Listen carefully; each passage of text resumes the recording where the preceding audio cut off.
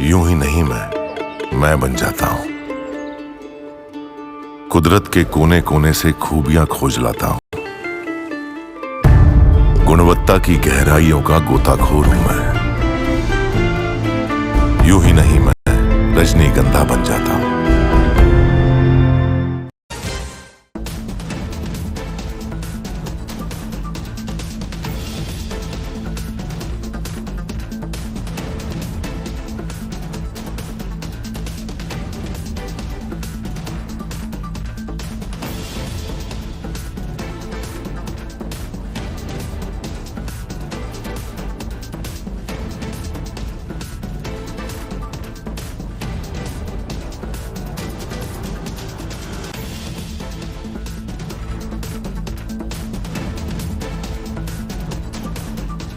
नमस्कार दर्शकों, मैं हूं नाविका कुमार और आप जुड़ रहे हैं मेरे साथ सवाल पब्लिक का शो पर।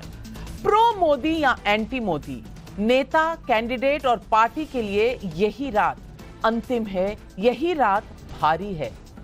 कत्ल की रात भी कहा जाता है इसे, अगर आप शायराना अंदाज में कहें तो।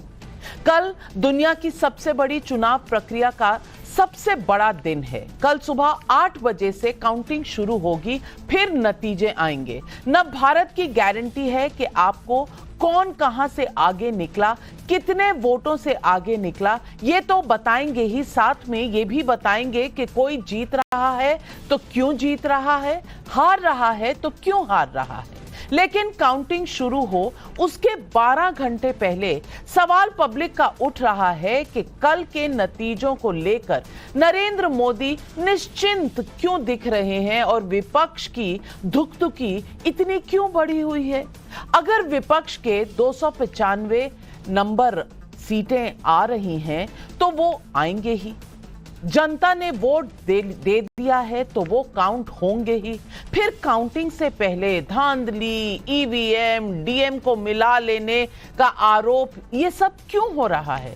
लोकतंत्र मिट रहा है जैसे नैरेटिव क्यों फैलाए जा रहे हैं? और अगर कोई पलटकर ऐसे आरोपों और बयानों पर सबूत मांगे तो नील बटे सन्नाटा क्यों है भाई?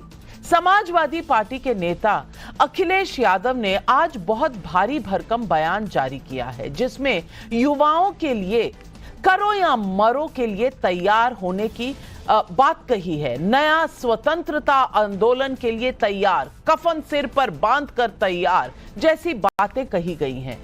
आरजेडी के आधिकारिक एक्स हैंडल से भी एक न्यूज रिपोर्ट पोस्ट की गई है। उस रिपोर्ट की हेडलाइन थी, काउंटिंग में धांधली हुई तो मेरी या कलेक्टर की लाश आएगी। सपा उम्मीदवार की धमकी थी। मुझे नहीं पता ये खबर सही है या नहीं है। ऐसा कुछ किसी समाजवादी पार्टी कैंडिडेट ने कहा भी है या नहीं, लेकिन आरजेडी ने अपने कमेंट में लिखा है, समाजवादियों का जज्बा जिंदाबाद। क्या ये नतीजों की घोषणा के ऐन पहले भड़काने की कोशिश नहीं है? यही नहीं, भारत के चुनाव को प्रभावित करने के लिए चीन और इजराइल से भारत में लाखों डॉलर की फंडिंग का दावा भी डेटा जर्नलिज्म करने वाले डिसइंफो लैब ने किया है।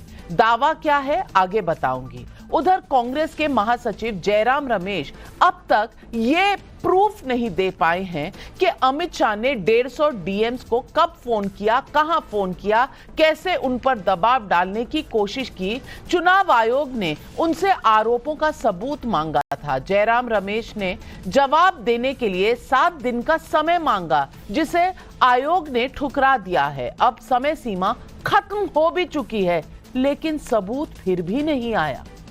इस बीच एग्जिट पोल्स में स्पष्ट जनादेश की भविष्यवाणी के बाद नरेंद्र मोदी ने कन्याकुमारी के ध्यान पर एक लेख लिखा है, जिसकी हेडलाइन है, कन्याकुमारी में साधना से नए संकल्प। चुनाव में धांधली का विपक्ष का नैरेटिव फुल, लेकिन सबूत क्यों है गुल? यही है आज सवाल पब्लिक का।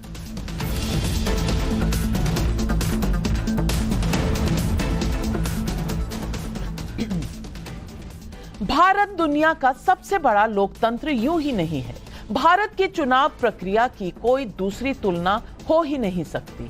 अब की बार 64 करोड़ 20 लाख से अधिक वोटरों ने वोट दिया है, जो G7 देशों के मुकाबले 1.5 गुना और EU के 27 देशों के मुकाबले 2.5 गुना ज्यादा है। 2024 के चुनाव में कोई बड़ी हिंसा की वारदात नहीं हुई है। इस चुनाव में सिर्फ 39 बूथों पर रीपोल हुए हैं। 27 राज्यों और यूनियन टेरिटरीज में एक भी रीपोल नहीं हुए हैं। 2019 में 540 बूथों पर रीपोल हुए थे। चुनाव में 23 देशों के 75 ऑब्जर्वर्स ने वोटिंग प्रक्रिया को देखा और समझा है। एक ओर इतना ट्रांसपेरेंट चुनाव हुआ है, तो दूसरी ओर डिसइंफो लैब ने दावा किया है कि कुछ ग्लोबल मीडिया में जानबूझकर ऐसे नैरेटिव गढ़े गए जो भारत के चुनाव को प्रभावित कर सकें। रिपोर्टर्स के मुताबिक फ्रेंच पब्लिकेशन ले मोंड में इस्लामोफोबिया और जाति जनगणना जैसे मसलों पर कई आर्टिकल छापे। इस नैरेटिव को आगे बढ़ाने में फ्रेंच पॉलिटिकल साइंटिस्ट क्रिस्टोफर जैफलोट बहुत आगे रहे हैं। आप समझ सकते हैं कि भारत के चुनाव को बाहरी असर से बचाना कितना चुनौती भरा रहा होगा। इस बीच जब विपक्ष बिना सबूतों के चुनाव की निष्पक्षता पर सवाल उठा रहा है, तो जवाब आज मुख्य चुनाव आयुक्त राजीव कुमार ने दिया। लेकिन सीईसी की सीधी बातें आप सुने उससे पहले आपको अखिलेश यादव ने क्या कहा, ये आपको सुनवाती। जनता इस बार गांधी जी को याद करते हुए करो या मरो की तरह आंदोलित हो गई है और अपने देश के भविष्य बचाने के लिए नया स्वतंत्रता आंदोलन लड़ने के लिए तैयार बैठी है। जनता स्वतंत्रता सेनानियों की तरह बलिदान करने के लिए तैयार है, क्योंकि भाजपा काल में उसका जीवन तो वैसे ही दूभर हो गया है। देश का युवा फिर से कफन सर पर बांधकर कह रहा है, मेरा रंग दे बसंती चोला। एग्जिट पोल्स के नतीजों के उलट फैसला आने का दावा तो विपक्ष कर सकता है, यह उनका हक है। लेकिन क्या विपक्ष मन माफिक नतीजे ना आए तो स्वीकार नहीं करेंगे, जैसा माहौल बना रहा है? चुनाव की निष्पक्षता पर विपक्ष के आरोपों पर पलटवार बीजेपी ने भी किया। सुनिए सांसद सुधांशु त्रिवेदी ने क्या बयान दिया। जय पराजय होती रहती है, परंतु लोकतंत्र के ऊपर आक्षेप मत करिए और अंदर लाइटर नोट कहूं, पूरे देश को पप्पू समझने का प्रयास मत करिए। मतलब इनकी हालत जानते क्या हो गई है? जैसे पुराने जमाने के बिगड़े दिल शहजादे होते थे ना, हम गलत नहीं हो सकते, सब गलत है। इलेक्शन कमीशन गलत हो सकता है, कोर्ट गलत हो सकता है, लोकतांत्रिक व्यवस्था गलत हो सकती है, जनता गलत हो सकती है। अब इनका नारा केवल एक हो गया है, लोकतंत्र नहीं सुहाता है, इसलिए केवल बवाल मचाना आता है। आरोप प्रत्यारोप के बीच कल के नतीजों को लेकर दोनों पक्षों में राजनीतिक तैयारियां तेज हैं। आज बीजेपी अध्यक्ष जेपी नड्डा के घर पर बड़ी बैठक हुई। इसमें केंद्रीय गृह मंत्री अमित शाह, रक्षा मंत्री राजनाथ सिंह, बीजेपी के संगठन महासचिव बीएल संतोष समेत कई केंद्रीय मंत्री और पार्टी के पदाधिकारी मौजूद थे। उधर बिहार के मुख्यमंत्री नीतीश कुमार ने प्रधानमंत्री नरेंद्र मोदी और अमित शाह से मुलाकात की। सूत्रों के मुताबिक नीतीश ने प्रधानमंत्री से कहा है कि विपक्ष के आंदोलन की बात को हल्के में नहीं लेना चाहिए। प्रधानमंत्री ने भी ऐसे संभावनाओं पर चिंता जाहिर की, ऐसा सूत्र हमें बताते हैं। इस बीच इंटेलिजेंस ब्यूरो ने काउंटिंग से पहले राज्यों को अलर्ट भेजा है। बंगाल, आंध्र प्रदेश और यूपी, बिहार में खास सतर्कता की हिदायत भी दी है। उधर सूत्रों के मुताबिक पश्चिम बंगाल की मुख्यमंत्री ममता बनर्जी समेत इंडी गठबंधन के नेता भी कल शाम या परसों दिल्ली आ सकते हैं। कांग्रेस विपक्षी गठबंधन के नेताओं को दिल्ली बुला रही है। आज भी चेन्नई में डीएमके के संस्थापक करुणानिधि की जयंती पर सोनिया गांधी समेत कई विपक्षी नेताओं की मुलाकात हुई है। लेकिन मुद्दा यही कि क्या विपक्ष जो भी नतीजे आए, जैसे भी नतीजे आए, उसे बिना इफ एंड बट के स्वीकार करेगा? सुनिए चुनावी निष्पक्षता पर विपक्ष के आरोपों पर आज चुनाव आयोग ने क्या क्या कहा। कभी कभी वोटर लिस्ट खराब है, कभी ईवीएम खराब है, कभी ये खराब है, कभी काउंटिंग में एआरओ की टेबल पे आदमी नहीं है, 150 डीएम से बात कर ली। What is this happening in the country? ये फेक नैरेटिव है जो चल रहा है हम इसको समझने में पूरी तरीके से फेल किए, ये हम एडमिट करते हैं। आप समझ गए, कोई पूरी कंट्री के 800, 900, 700, 600, 500 लोगों को इन्फ्लुएंस कर सकता है? कर सकता है तो बताइए किसने किया, हम उसको सजा देंगे। हम उसको सजा देंगे, उसे बताना चाहिए कि किसने किया, काउंटिंग से पहले बताना चाहिए किसने किया, ताकि उन सब डिस्ट्रिक्ट मजिस्ट्रेट्स को या जिसने किया उसको हम सजा दे सकें। ऐसा नहीं हो सकता कि आप कोई अफवाह फैला दें और एक सबको शक के दायरे में ले आए, ऐसा नहीं हो सकता। जो चुनाव लड़ रहे हैं, जो काउंटर पे बैठे हुए हैं, जो 17C ले रहे हैं, जो कंटेस्ट कर रहे हैं, वहां से कोई शिकायत नहीं है, फिर पता नहीं कहां से है। मतलब कुछ आ रहा है लेकिन मैं बोल नहीं रहा हूं क्यों कर रहे हैं। सवाल पब्लिक का आज यही उठता है, 12 घंटे बाद जनता का फैसला विपक्ष मानेगा या सिर्फ सवाल उठाता रहेगा? चुनाव आयोग धांधली के आरोपों का प्रूफ मांग रहा है, विपक्ष के सबूत क्यों नहीं आ रहे सामने? भारत के चुनाव में विदेशी दखल के दावे में सच्चाई क्या है? क्या ये जरूर देश के सामने नहीं आना चाहिए? और सबसे बड़ा सवाल, कल नरेंद्र मोदी का नव संकल्प जीतेगा या रिजल्ट पलट जाएगा जैसे विपक्ष कह रहा है? यही है आज सवाल पब्लिक का। और इन सवालों के जवाब देने के लिए आज हमारे साथ जुड़ रहे हैं बीजेपी के राष्ट्रीय प्रवक्ता शहजाद पूनावाला, हर्षवर्धन त्रिपाठी वरिष्ठ पत्रकार, राजकुमार भाटी प्रवक्ता है समाजवादी पार्टी के हमारे साथ जुड़ रहे हैं, आनंद दुबे जी प्रवक्ता शिवसेना उद्धव ठाकरे गुट के हमारे साथ यहां स्टूडियो में है, आपका स्वागत है, संजय झा राजनीतिक विश्लेषक, सस्पेंडेड कांग्रेस लीडर भी हैं, और सबा नकवी वरिष्ठ पत्रकार हमारे साथ जुड़ रही हैं और पूरे चुनाव में हमारे साथ रही हैं। मैं सबसे पहले तो राजकुमार भाटी जी से पूछना चाहती हूं। राजकुमार भाटी जी, 12 घंटे रह गए हैं चुनाव की प्रक्रिया शुरू होने में। मैं आपसे पूछना चाहती हूं, सर पर कफन बांधने को कह दिया है, रंग दे बसंती चोला आ गया है, क्या हम 1947 के दौर में हैं कि इस देश में आजादी के लिए लड़ने जा रहे हैं, या हमारा विश्वास उठ चुका है सारी लोकतांत्रिक प्रक्रियाओं से? तेलंगाना में रिजल्ट आता है तो ठीक है, जनता की पुकार होती है और कांग्रेस पार्टी आ जाती है तो ठीक है, कर्नाटका में ठीक है, हिमाचल में ठीक है, लेकिन अगर एग्जिट पोल कुछ बताते हैं और रुझान कुछ बताते हैं तो फिर सर पर कफन बांधना पड़ता है। मैं आज बहुत सीरियसली आपसे पूछना चाहती हूं, क्या ये जनता को उकसाने की कोशिश नहीं समझी जा सकती? नाविका जी, भारत एक लोकतांत्रिक देश है और दुनिया का सबसे बड़ा लोकतंत्र माना जाता है और इस बात पे हमें गर्व है।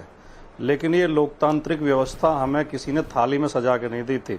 इसके लिए 90 साल तक करोड़ों लोगों ने कुर्बानियां दी, कोई जेल गया, किसी की जान गई, किसी की संपत्ति जब्त हुई, लोगों घर से उजाड़े गए, गांव के गांव जला दिए गए, बमों से बम बरसाए गए, तब जाके आज़ादी मिली और ये लोकतांत्रिक व्यवस्था मिली। और अगर ये खतरे में आएगी या इस पर कोई प्रश्न लगेगा तो देश के एक एक नागरिक की जिम्मेदारी बनती है कि उसके लिए खड़ा हो। हमारे राष्ट्रीय अध्यक्ष जी ने जो बयान दिया उसमें गांधीवादी तरीके से कहा है, कहीं कोई अराजकता करने के लिए, हिंसा करने के लिए नहीं कहा है। और गांधी का रास्ता ही पूरी दुनिया के सामने सबसे अच्छा रास्ता है। अब मैं आता हूं दूसरे विषय पे। अभी आप चुनाव आयुक्त के बयान सुनवा रही थी जो उन्होंने प्रेस कॉन्फ्रेंस में बोला, एक भी शब्द चुनाव आयुक्त जैसा गर्मा युक्त नहीं लगा। वो शुद्ध राजनीतिक भाषा बोल रहे हैं। चुनाव आयुक्त ने किसी प्रश्न का उत्तर नहीं दिया। चुनाव आयुक्त ने इस बात की मखौल उड़ाई है कि ये क्यों आरोप लगाते हैं, कभी वोटर लिस्ट में लगाते हैं, कभी ईवीएम पे लगाते हैं, कभी इस पे लगाते हैं, कभी उस पे लगाते हैं। ये तो बीजेपी की भाषा है, ये तो सत्तारूढ़ पार्टी की भाषा है कि विपक्ष को मखौल उड़ाया जाए। चुनाव आयुक्त को यह जवाब देना चाहिए था। लोकतंत्र में सवाल उठेंगे, उठते रहेंगे और उठते रहने चाहिए। तो फिर सवालों बंद हो जाएंगे। नहीं, सवाल उठेंगे तो ठीक है, लेकिन अगर आप आरोप लगाएंगे कि 150 डीएम से बात हुई है तो उसका प्रूफ देंगे या नहीं देंगे? या ट्वीट आएगा 3 दिन पहले और प्रूफ देने के लिए आपको 10 दिन और चाहिए? अगर आप चाहते हैं कि ये लोकतांत्रिक ढांचा बचा रहे तो काउंटिंग डे से पहले प्रूफ देते क्यों नहीं? नहीं, मैं पहले मेरी बात पूरी हो जाए, बस 10-12 सेकंड में पूरी हो जाएगी।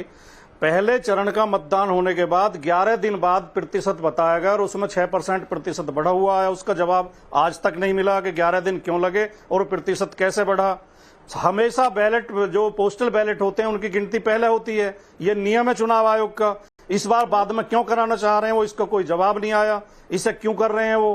तो ये जो चीजें हैं, इन ऐसे सवालों के जवाब, और वोटर लिस्ट में वोट काटे गए, इसके तो ढेरों सबूत हमने चुनाव आयोग को दिए हैं। 10,000 एफिडेविट हमने शपथ पत्र दिए, चुनाव आयोग में जमा कराए। चुनाव आयोग 2 साल से मौन साधे बैठा है, उसका जवाब नहीं दिया है कि 10,000 लोगों ने ऐसे शपथ पत्र दिए हैं कि हमारा फाइनल लिस्ट में नाम था, लेकिन जो वोटर लिस्ट पोलिंग बूथ पे आई उसमें हमारा नाम काट दिया गया, गायब कर दिया गया। इस तरह के सवाल हैं। सवाल उठाना कहीं से भी देशद्रोह नहीं होता, देश विरोधी नहीं होता। इसमें आपत्ति केवल उन लोगों को हो सकती है जिनके दिमाग में तानाशाही घुसी हुई है कि हमसे सवाल क्यों पूछे जाए। चलिए तानाशाही इलेक्शन कमीशन में है, तानाशाही बीजेपी में है, तानाशाही सरकार में है, सब तानाशाह हो गए, बस एक आप लोकतांत्रिक रह गए। चलिए, ये भी सही है। शहजाद पूनावाला, बहुत से मुद्दे उठाए हैं राजकुमार भाटी जी ने, जवाब दे दीजिए। देखिए, मैं तो इतना कहूँगा कि अगर हम चुनाव जीते तब ईसीआई ठीक, और अगर हम नहीं जीते तो ईसीआई वीक। इस प्रकार की कल्पना लोकतंत्र की मुझे नहीं लगता अंबेडकर जी ने कभी की होगी। और देखिए, जितने आधुनिक काल में ईसी और ईवीएम को अग्नि परीक्षा देनी पड़ती है, अब बताइए तेलंगाना में ईवीएम अग्नि परीक्षा पास करती है, ईसीआई पास कर देती है, और जैसे ही केंद्र के चुनाव आते तो फेल कर जाती है। परंतु चलिए आगे बढ़ते हैं। मैं तो सिर्फ इतना पूछ रहा हूँ, मेरे पास एक विलाप निमंत्रण आया है, कल का विलाप निमंत्रण सुनिए। कल सुबह 10 बजे ईसी कॉम्प्रोमाइज सभा होगी, 11 बजे ईवीएम हैक्ट सभा होगी, फिर 12 बजे मॉरल विक्ट्री 399 आ गए 400 नहीं आए वो सभा होगी, फिर 1 बजे सांप्रदायिक माहौल बनाकर मोदी जी जीते चुनाव ये होगी, फिर जनता भ्रमित हो गई 2 बजे की सभा होगी, और देखिए मुस्कुरा रहे 3 बजे हिंसा वाली सभा होगी जिसमें समाजवादी पार्टी थोड़ा सा ज़्यादा उत्साह से पार्टिसिपेट भी करती है। अभी एक फतवा भी जारी हुआ है कांग्रेस की तरफ से कि अब अगर हमारी तरफ नहीं आए नतीजे तो सड़कों पर उतर जाना है, सब चीज़ करना है, प्रदर्शन करना है। मतलब ये क्या है?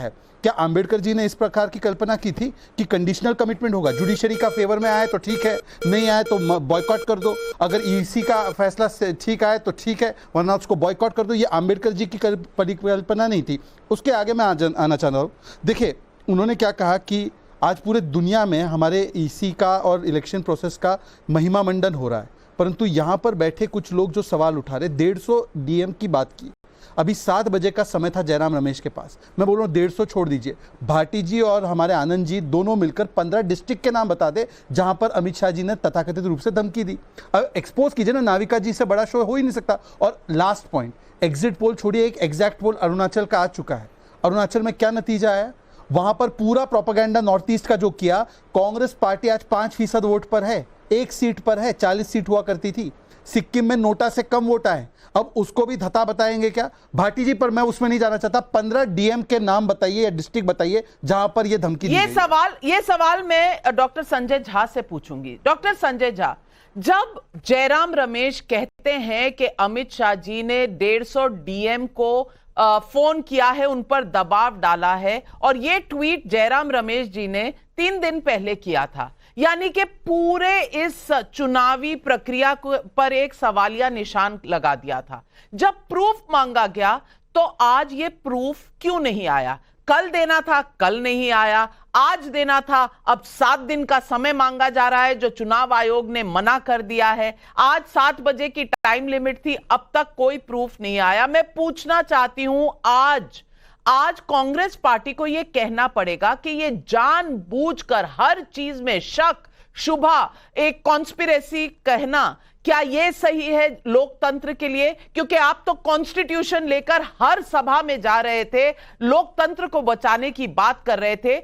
आज ये हक है आपका, चाहे वो अखिलेश जी हों, चाहे वो डिंपल यादव जी हों, चाहे वो राहुल गांधी जी हों, सब अपने अपने इलाके में जहां जिस सीट से लड़ रहे हैं वहां पहुंचकर पर्सनली मॉनिटर कर रहे हैं। क्या भरोसे की इतनी कमी है इस देश में कि आप एक दूसरे के खिलाफ चुनावी मैदान में लड़ते लड़ते एक दूसरे के इतने बड़े दुश्मन बन चुके हैं? नाविका जी देखिए, मैं पूरी जिम्मेदारी के साथ आपको कहना चाहूंगा कि एक समय राजनीतिक दल एक दूसरे के प्रतिद्वंदी हुआ करते थे, लेकिन 2014 के बाद जिस तरीके का इन्होंने रवैया दिखाया, आक्रामक होना कोई गलत बात नहीं है, लेकिन उन्होंने जिस तरीके से विपक्षी दलों पर निशाना लगाया, जेल में डालने की कोशिश की, धमकी दी, अपने प्रतिद्वंदी को अपना एक दुश्मन ठहराना, ये भारतीय जनता पार्टी का शैली है और आज उसका पूरा पर्दाफाश हो चुका है। आपका प्रश्न बिल्कुल अहम है। राजकुमार जी ने कहा, वो बिल्कुल सच कहा है। आज हम इसके बारे में बात क्यों कर रहे हैं? क्योंकि इलेक्शन कमीशन की विश्वसनीयता पर अब लोग हंसने लगे हैं। जैसे इलेक्शन कमीशन का कॉन्स्टिट्यूशन बनाया गया, चीफ जस्टिस को हटाया गया, उसके बाद लोगों में मैं समझता हूं कि कोई संदेह ही नहीं रहा कि इलेक्शन कमीशन को अपना सरकारी नहीं, राजनीतिक एक अंग बनाने की कोशिश की गई। देखिए, आपने सही कहा, हमारा तो ये हक है कि हम प्रश्न पूछेंगे। यदि लोग कहते हैं कि प्रजातंत्र जीवित है तो जरा हमको भी तो बोलने का मौका मिलना चाहिए। तो नाविका जी, मैं इतना ही कहूंगा, देखिए ये चुनाव जो है, ये राजनीतिक, मैं नहीं समझता कि ये विरोधी दल का भाजपा के साथ एक चुनाव है। ये भारत की जनता, भारत की आवामी जो एक नजरिया है, उसका टक्कर है एक तानाशाही सरकार के विरोध। और हमें चिंता सिर्फ इस बात का है कि आवामी फैसला का किसी न किसी तरीके से कोई उल्लंघन न करे, उसका इज्जत करे। और यदि इसके बारे में हम बात कर रहे हैं, क्योंकि लोग घबराए हैं, लोग चिंतित हैं। देखिए, यदि एग्जिट पोल सही भी हुआ, आपने जाने अनजाने में वर्ड सही इस्तेमाल करिया, लोग घबराए हैं। कौन लोग घबराए हैं? विपक्ष के लोग घबराए हुए हैं क्योंकि शायद जनता से उतना कनेक्ट आपका नहीं बन पाया कि आप उनका माइंड समझ सकें, हर्षवर्धन त्रिपाठी जी। वरना वो कहा जाता है ना कि सबकी तरफ शक, कॉन्स्पिरेसी के भाव से देखना, क्या ये सही है? मैं फिर पूछती हूं, सवाल उठाना इनका धर्म है और इनको उठाने चाहिए, सवाल उठाने पर कोई रोक नहीं है। लेकिन जब इस तरह के आरोप लगते हैं और प्रूफ मांगा जाता है तो प्रूफ भी तो देना चाहिए। प्रूफ देने में इतनी हिचकिचाहट क्यों? क्योंकि आरोप बिना सोचे समझे लगाए गए। क्या ये अगर कंक्लूजन हो तो कोई गलत होगा? नाविका जी, निश्चित तौर पर यही एक लाइन की बात है जो आपने कहा, लेकिन बस इसमें 2-3 चीजें मैं जोड़ देता हूं।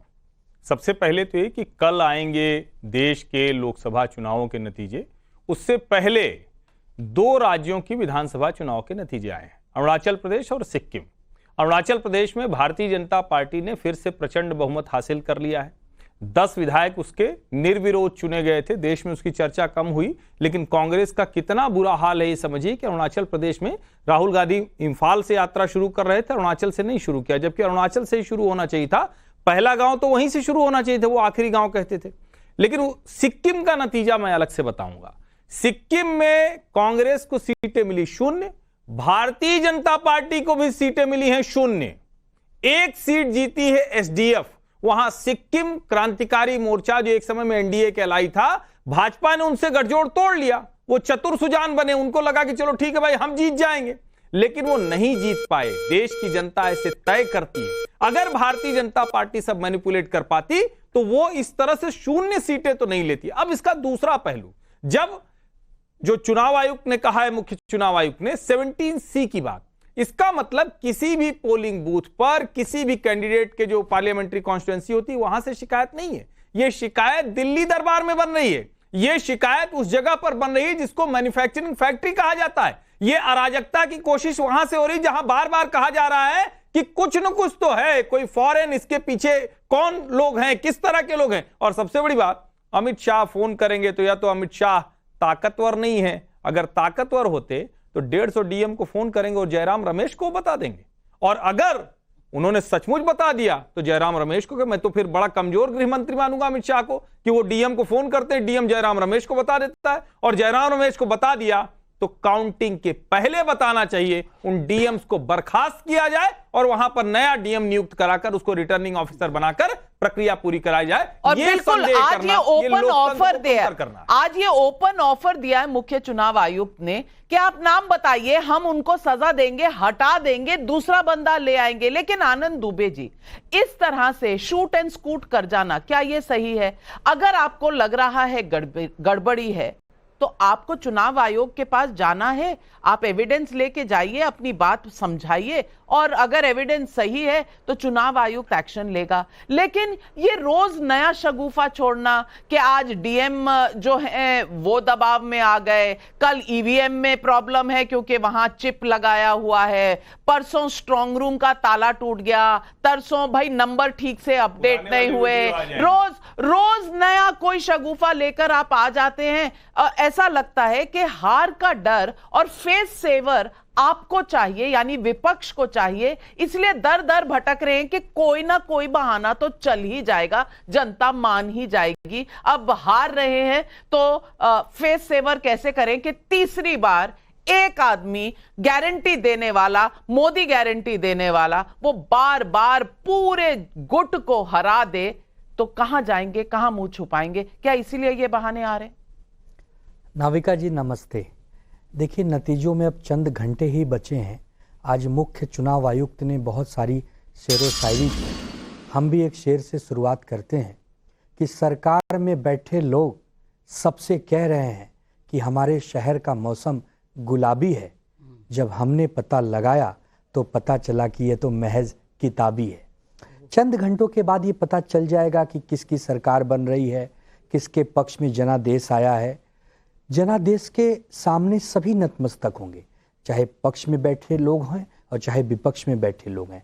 इस पे कोई बात हो ही नहीं रही है। रही आपके प्रश्न चिन्ह की बात, तो देखिए, बड़े हृदय से ये मानना चाहिए कि लोकतंत्र में एज अ विपक्ष होने के नाते हमें प्रश्न पूछना चाहिए सरकार में बैठे लोगों से, चुनाव आयोग में बैठे आयुक्तों से। ये हमारा अधिकार है। सच है, गलत है, देश की जनता देख रही है, न्यायालय बने हुए हैं, सबका लेखा जोखा आ जाएगा। लेकिन अगर हम सवाल न उठाएं, क्या नाविका जी आपको पता है कि अगर 39 सीटों के तमिलनाडु में अगर एक फेज में चुनाव हो सकते हैं तो महाराष्ट्र में तो सिर्फ 48 ही थे, वहां 5 फेज क्यों किया गया? पश्चिम बंगाल में सिर्फ 42 थे, वहां तो 7 फेज तक खींचा गया। आप बताइए ना, क्यों बहुत सारे चुनाव के जो स्थल थे जहां मतदाता गए और उनके नाम नहीं थे, लाखों करोड़ों की संख्या में वो वापस अपने घर चले गए, उन्होंने अपना मतदान नहीं किया। क्या उनका अधिकार नहीं था कि वो भी अपनी पसंदीदा सरकार चुन पाए? भले ही वर्तमान सरकार को ही चुनते या नई सरकार को चुनते तो जरूर, अपना मतदान तो करते। न तो कहीं पानी पीने की व्यवस्था थी। चुनाव को आज चुनाव आयुक्त ने स्वयं माना कि हाँ, हमसे गलती हुई, हमने बहुत लंबा खींच दिया। अगर ये सब बातों को विपक्ष अगर पूछता है और चुनाव आयुक्त इसका मजाक बनाते हैं, मस्खरागिरी करते हैं, तो ये अच्छी बात नहीं है लोकतंत्र में। चुनाव आयोग और चुनाव आयुक्त, हमने टीएन सेशन को देखा है नाविका जी, टीएन सेशन याद आते हैं, टीएन सेशन और राजकुमार जो राजीव कुमार है, जमीन आसमान का फर्क है। उस समय चंद सेकंडों में फैसले हो जाते थे। अगर प्रधानमंत्री पर भी कोई आरोप लगता था, राहुल गांधी में भी जमीन आसमान का फर्क है। लेकिन एक सेकंड, मैं आ रही हूं, आप ही जवाब देंगे। लेकिन मैं इतना बताना चाहती हूं, मौसम गुलाबी आपको लग रहा हो या नहीं लग रहा हो, कुर्ता और जैकेट आपकी गुलाबी है तो थोड़े गुलाबी रंग में आइए। जो ये पूरा पर्व है लोकतंत्र का, लेकिन सब इतने नाराज आज से ही क्यों हैं? कुर्ता और माहौल गुलाबी है, दावा किताबी है, आपके आरोप नवाबी है, इसीलिए आरोप लगा के जाना है। सबूत का जवाबी कौन होगा? ये सबूत का जवाबी कोई नहीं है। और आप बोल रहे हैं इलेक्शन कमीशन के बारे में, मान्यवर मुझे बताइए कि वो कौन सा इलेक्शन कमिश्नर था जिसके खिलाफ चीफ इलेक्शन कमिश्नर ने यह पत्र लिखा था कि वो टॉयलेट ब्रेक के नाम पर कांग्रेस को बताता है कि चुनाव के सेशन कब करने हैं? वो कौन सा इलेक्शन कमिश्नर था जिसने इलेक्शन कमीशन छोड़कर चुनाव लड़ा और फिर उसके बाद मंत्री बना? MS गिल। वो कौन सा चुनावी इलेक्शन कमिश्नर था कि एक कैंडिडेट की हत्या होती है तो केवल उस जगह पे नहीं, पूरे चुनाव को 1 महीने के लिए पोस्टपोन किया जाता है, उस कैंडिडेट की बॉडी को पूरे देश में घुमाया जाता है और फिर कांग्रेस उसका लाभ लेती है। इसीलिए मैं कहता हूं कि इनके ऊपर मत जाइए और केवल इतना बोलिए, चुनाव आते चुनाव जाते। कम से कम मुझे उद्धव ठाकरे जी की पार्टी से अपेक्षा नहीं थी कि केवल एक चुनाव के लिए वो देश को और देश की छवि को बदनाम करने वाली साजिश में शामिल होंगे, और बाकी सब छोड़ दीजिए। दुबे जी, मैं केवल इतना पूछ रहा हूं, मैं 10 सेकंड और आपने अभी इन्होंने कहा कि 2014 से पहले, संजय झा कह रहे थे 2014 से पहले ये हाल नहीं था।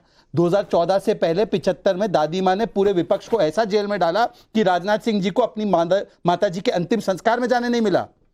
2014 से पहले वाजपेयी जी जैसे व्यक्तित्व को आपने कहा देश का गद्दार। आनंद दुबे जी, आप तो तब हमारे साथ थे, याद है कि नहीं याद है? इन्होंने गद्दार बोला कि नहीं बोला? और आखिरी बात, 150 डीएम, मैं चाहता हूं भाजपा की ओर से कि वो कौन से 150 डीएम हैं जो इस प्रकार से इन्फ्लुएंस होने की क्षमता रखते हैं। आप बताइए, आज नाविका के शो पे खुलासा कीजिए, तीनों लोग मिलकर खुलासा कीजिए। नाविका जी, पहले मैं जवाब दूंगा। देखिए, हमने पहले ही बड़ी विनम्रता से कहा कि जनता ने अपना जनादेश दे दिया है, सिर्फ हमें पता नहीं है।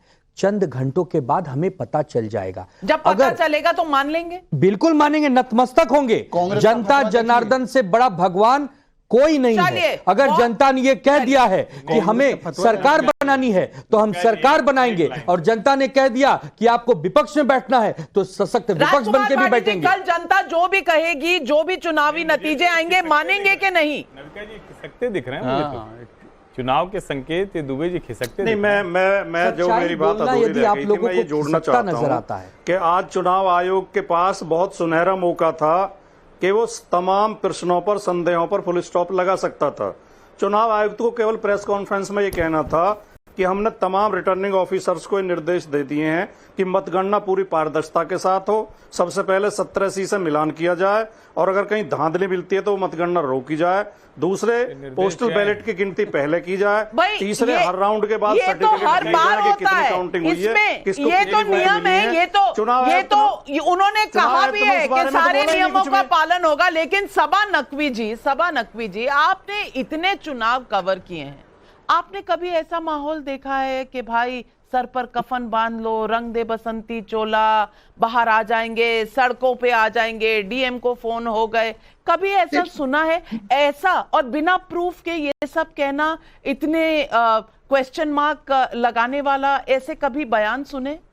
नाविका जी, अगर हम लोग मानते हैं कि ये पब्लिक है और ये सब जानती है और ये जनता जनार्दन का ही टेस्ट है, कल जनता का हमें निर्णय हिंदुस्तान के अलग अलग इलाकों का पता चलेगा, एक नेशनल मैंडेट आएगा, उससे भी हमें नजरिए मिलेंगे बहुत अलग अलग।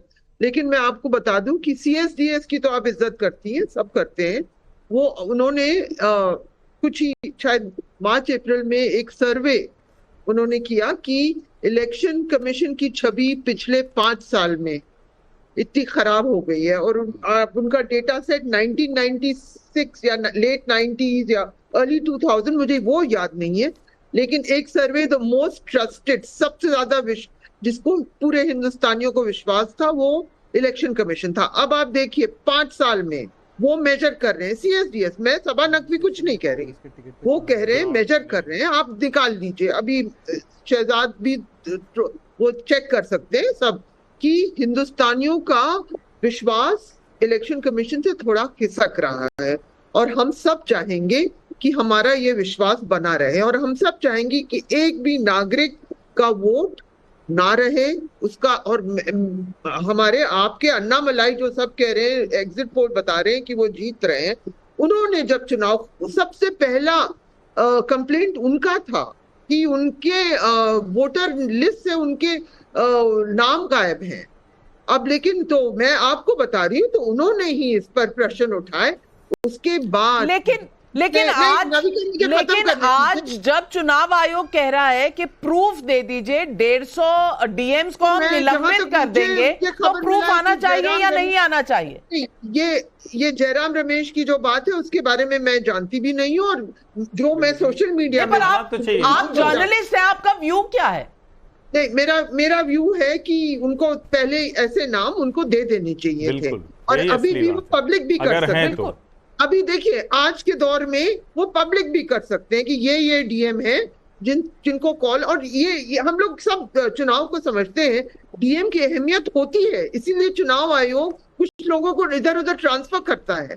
चुनाव आयोग एक बहुत ही पावरफुल संस्था है, तो हमें सबको देखिए, एक तो पब्लिक का जो रिजल्ट आएगा हम सब इज्जत करेंगे, लेकिन हमको तब भी परेशान होना चाहिए जब कोई पब्लिक के लोग कहते हैं कि भाई हमारा नाम गायब हो गया, चाहे अन्नामलाई कहें चाहे संभल के नागरिक कहें, उसकी तो वीडियो फुटेज भी आ गई थी, कंप्लेंट्स भी गए थे इलेक्शन कमीशन में।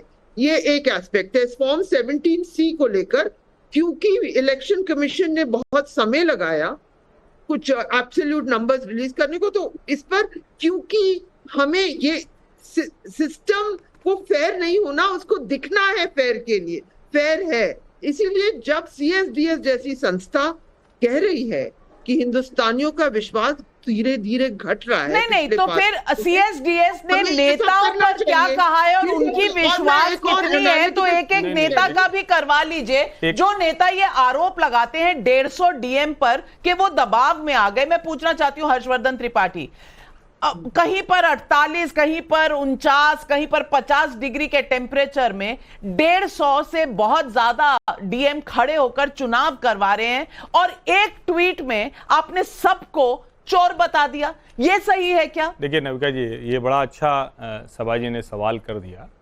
CSDS के हवाले से कहा तो CSDS ने सर्वे दे दिया है कि नरेंद्र मोदी की सरकार बन रही है, तो उसका जिक्र भी कर लेना चाहिए। और मेरा ये मानना है कि किसी की विश्वसनीयता कोई बहुत अलग है, कोई बहुत सबसे अलग एजेंसी है, मैं ये नहीं मानता हूँ। सारी एजेंसियां एक जैसी काम करती हैं। अगर एक को आप अच्छा मानते हैं दूसरे को भी अच्छा मानिए, वरना सबके अपने एजेंडे मानिए, दूसरे के भी एजेंडे मानिए। दूसरा, जब हम कहते हैं कि चुनाव आयोग उसी का जवाब दे रहा है। वो कह रहा है कि जो 17C फॉर्म है या जो एजेंट है या जो प्रतिनिधि होते हैं, उन्होंने कोई शिकायत नहीं की है। और अगर 65 करोड़ लोग लगभग मतदान कर रहे हैं जिस तरह से, और कमाल की बात यह है, पता नहीं, मैं तो समझ नहीं पा रहा हूं, शायद भाटी जी ने कहा या किसने कहा कि पानी पीने की व्यवस्था नहीं थी, किसी ने तो बोला, मुझे तो समझ में नहीं आ रहा है।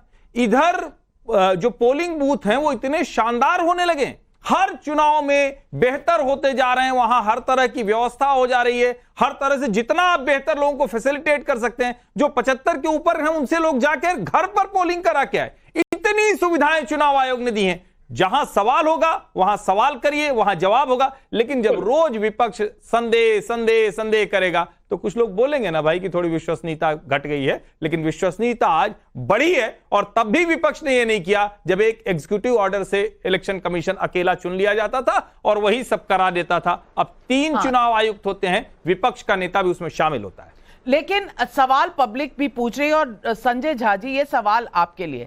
अजय शर्मा का मुंबई से सवाल है, क्या चुनाव आयोग को अफवाह फैलाने वालों को कंट्रोल नहीं करना चाहिए? क्या चुनाव आयोग के पास अफवाह फैलाने वालों को अरेस्ट करने का अधिकार नहीं है? सजग वत्स का मुरादाबाद उत्तर प्रदेश से सवाल है, अमित शाह ने 150 डीएम को फोन किया और सबूत मांगे जाने पर आपके पास सबूत नहीं है, क्या आपको नहीं लगता कि आप अमित शाह की मानहानि कर रहे हैं? जवाब दीजिए संजय झा।